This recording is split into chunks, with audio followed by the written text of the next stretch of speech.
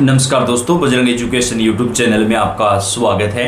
देश के किसी भी राज्य में नई शिक्षक वैकेंसी आती है या फिर टेट, सीटेट, बीएड से जुड़ी न्यूज होती है, हम आपके लिए सबसे पहले वीडियो लेकर आते हैं। आपका अपना चैनल है, आप सब्सक्राइब करके बेल आइकन को दबाएं, वीडियो को लाइक और शेयर कर दें। दोस्तों, सुप्रीम कोर्ट की तरफ से सरकारी शिक्षकों को टेट अनिवार्य करने को लेकर जो फैसला दिया गया है, उस पर पहले दिन से ही हम आपको सबसे पहले अपडेट प्रदान करते हैं। तो अगर आप एक सरकारी शिक्षक हैं और आप पर भी इस फैसले का प्रभाव पड़ रहा है तो आप इस चैनल को सब्सक्राइब कर दें, वीडियो को लाइक जरूर कर दें। दोस्तों, आपका अपना चैनल है, क्योंकि हर जानकारी हम आपको सबसे पहले प्रदान करते हैं, तो आप इस चैनल पे बने रहिएगा।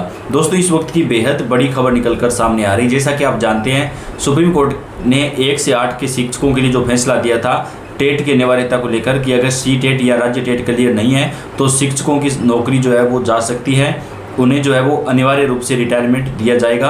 लेकिन दोस्तों, इस मामले पर आज की एक बड़ी खबर आ रही है और शिक्षा मंत्री ने आज ये कहा है कि वो सुप्रीम कोर्ट में याचिका पर विचार रखेंगे। और इसके साथ ही दोस्तों, सरकार की तरफ से भी अगर सुप्रीम कोर्ट में याचिका खारिज हो जाती है तो जो संशोधन किया गया था उस पर भी जो है बदलाव किया जा सकता है।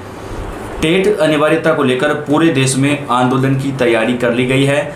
आज तमिलनाडु में एक बहुत बड़ी बैठक होने वाली है दोस्तों, सरकारी शिक्षकों के जो संगठन है उनकी। उस बैठक में क्या कुछ रहा है, अभी जो आंकड़े हमारे सामने आ रहे हैं, बैठक के बाद जो अपडेट आ रही है वो आपको बताएंगे। और सुप्रीम कोर्ट में जो याचिकाएं लगाई गई हैं उस पर कब सुनवाई होगी, इसको लेकर भी एक बड़ी खबर सामने आ रही है।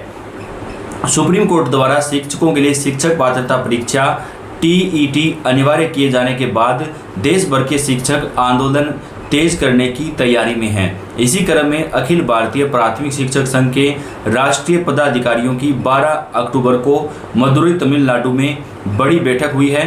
इसमें देश के सभी राज्यों के शिक्षक प्रतिनिधियों ने भाग लिया है। राष्ट्रीय अध्यक्ष सुशील कुमार पांडे ने बताया कि बैठक में शिक्षकों के लिए टेट की अनिवार्यता को लेकर आगे आंदोलन की रणनीति बनाई जाएगी। दोस्तों, तमिलनाडु सरकार ने भी सुप्रीम कोर्ट में पुनर्विचार याचिका दाखिल कर दी है।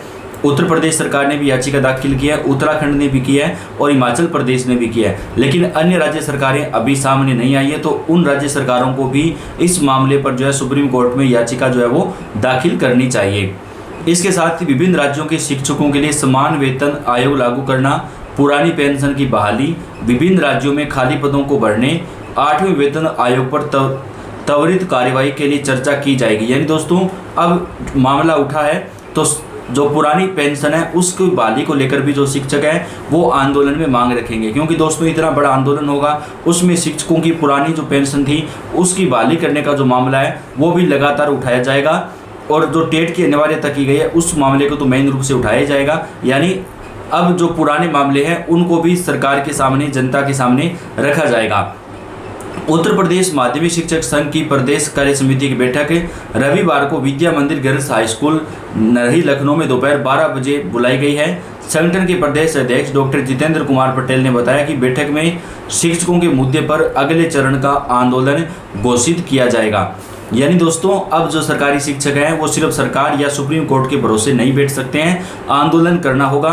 और शिक्षकों की तरफ से अब लगातार आंदोलन के लिए रणनीति जो है वो तैयार की जा रही है। आज कई राज्यों के अंदर बड़ी बैठकें हो रही हैं। वहीं आगामी स्नातक व शिक्षक खंड निर्वाचन चुनाव की रणनीति भी बनाई जाएगी। सरकारी शिक्षकों के द्वारा जो है वो यहाँ पर आज एक बड़ी बैठक की गई है और उस बैठक में दोस्तों अब दिल्ली के अंदर कूच करने का जो फैसला है वो लिया जा रहा है। यानी सरकार की तरफ से अगर शिक्षकों की मांगें नहीं मानी जाती है तो दिल्ली के अंदर एक बेहद बड़ा आंदोलन किया जाएगा। और इस आंदोलन में दोस्तों आप जानते हैं, अगर इतना बड़ा आंदोलन होगा तो शिक्षा व्यवस्था पूरी तरह से ठप हो जाएगी, तो सरकार को शिक्षकों की मांग जो है वो माननी ही पड़ेगी। 1 सितंबर 2025 को न्यायमूर्ति दीपांकर दत्ता और न्यायमूर्ति मनमोहन की 2 न्यायाधीश पीठ ने शिक्षक पात्रता परीक्षा टेट से संबंधित एक ऐतिहासिक फैसला सुनाया।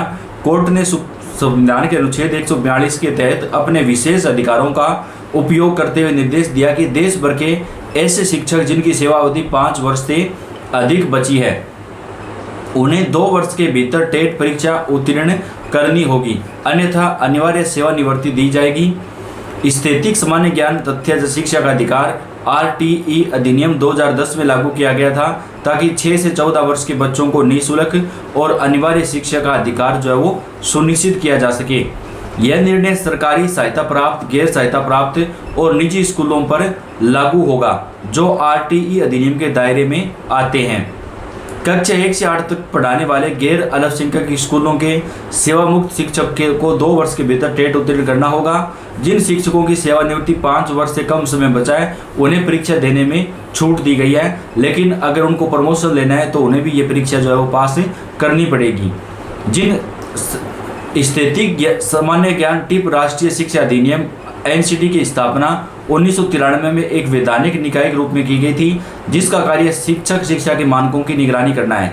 न्यायालय ने यह भी निर्णय दिया कि यह मामला बड़ी पीठ को भेजा जाएगा ताकि यह तय किया जा सके कि अल्पसंख्यक शैक्षणिक संस्थान भी आरटीई अधिनियम के अंतर्गत आएंगे या नहीं। पीठ ने 2014 में के परमति एजुकेशनल एंड कल्चरल ट्रस्ट बनाम भारत संघ के फैसले की आलोचना की, जिसमें अल्पसंख्यक संस्थानों को आरटीई के दायरे से बाहर रखा गया था। 1 सितंबर 2025 के निर्णय में कहा गया कि धार्मिक या भाषाई अल्पसंख्यकों द्वारा संचालित स्कूलों को भी आरटीई कानून के तहत लाया जाना चाहिए ताकि बच्चों को समान गुणवत्ता पूर्ण जो शिक्षा है वो प्राप्त हो सके। यह निर्णय शिक्षा अधिकार अधिनियम 2009 की धारा 23 पर आधारित है। यह धारा एनसीटी को कक्षा 1 से 8 के शिक्षकों की न्यूनतम योग्यता निर्धारित करने का अधिकार देती है, जिसमें टेट परीक्षा उत्तीर्ण करना अनिवार्य है। तमिलनाडु सरकार ने इस कानून के पिछले प्रभाव को चुनौती दी, यह कहते हुए कि धारा 23(1) केवल भविष्य की नियुक्तियों पर लागू होती है, यानी जो वर्तमान में पहले से जो शिक्षक लगे हुए हैं उनके ऊपर ये धारा लागू नहीं होती है। तो तमिलनाडु सरकार शिक्षकों के साथ आई है और वहाँ की सरकार ने सुप्रीम कोर्ट में ये चुनौती दी है दोस्तों कि ये जो धारा 23(1) है वो भविष्य की नियुक्तियों पर लागू होती है, यानी जिस समय लागू हुई थी उसके बाद में जो शिक्षक बने हैं ये केवल उन्हीं पर लागू होती है। इससे पहले जो शिक्षक लगे हुए हैं उनके ऊपर ये धारा लागू नहीं होती है। स्थैतिक सामान्य ज्ञान तथ्य धारा 23(2) के अनुसार केंद्र सरकार शिक्षक की कमी या संस्थागत आपात स्थिति में योग्यता संबंधी प्रावधानों में 5 वर्ष तक की छूट दे सकती है। पुनर्विचार याचिका की बात करें दोस्तों, तो पुनर्विचार याचिका वह प्रक्रिया जिसके माध्यम से कोई पक्ष सुप्रीम कोर्ट से अपने पूर्व निर्णय की समीक्षा का अनुरोध कर सकता है। यह सामान्यतः न्यायाधीशों की चैम्बर में की जाती है। इसमें पक्षकारों या वकीलों की उपस्थिति आवश्यक नहीं होती। समान न्यायाधीश मामले की पुनः समीक्षा का निर्णय देते हैं जो सामान्यतः 30 मिनट के भीतर होता है।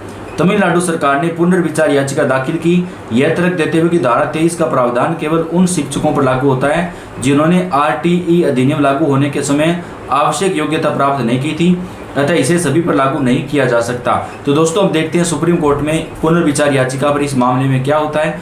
पल पल की अपडेट आपको इस मामले पर देते रहेंगे। आप कौन से राज्य से हैं कमेंट करके बताएं। वीडियो को लाइक और चैनल को सब्सक्राइब करके आप बेल आइकन को भी जरूर दबाएं। आपका बेहद धन्यवाद।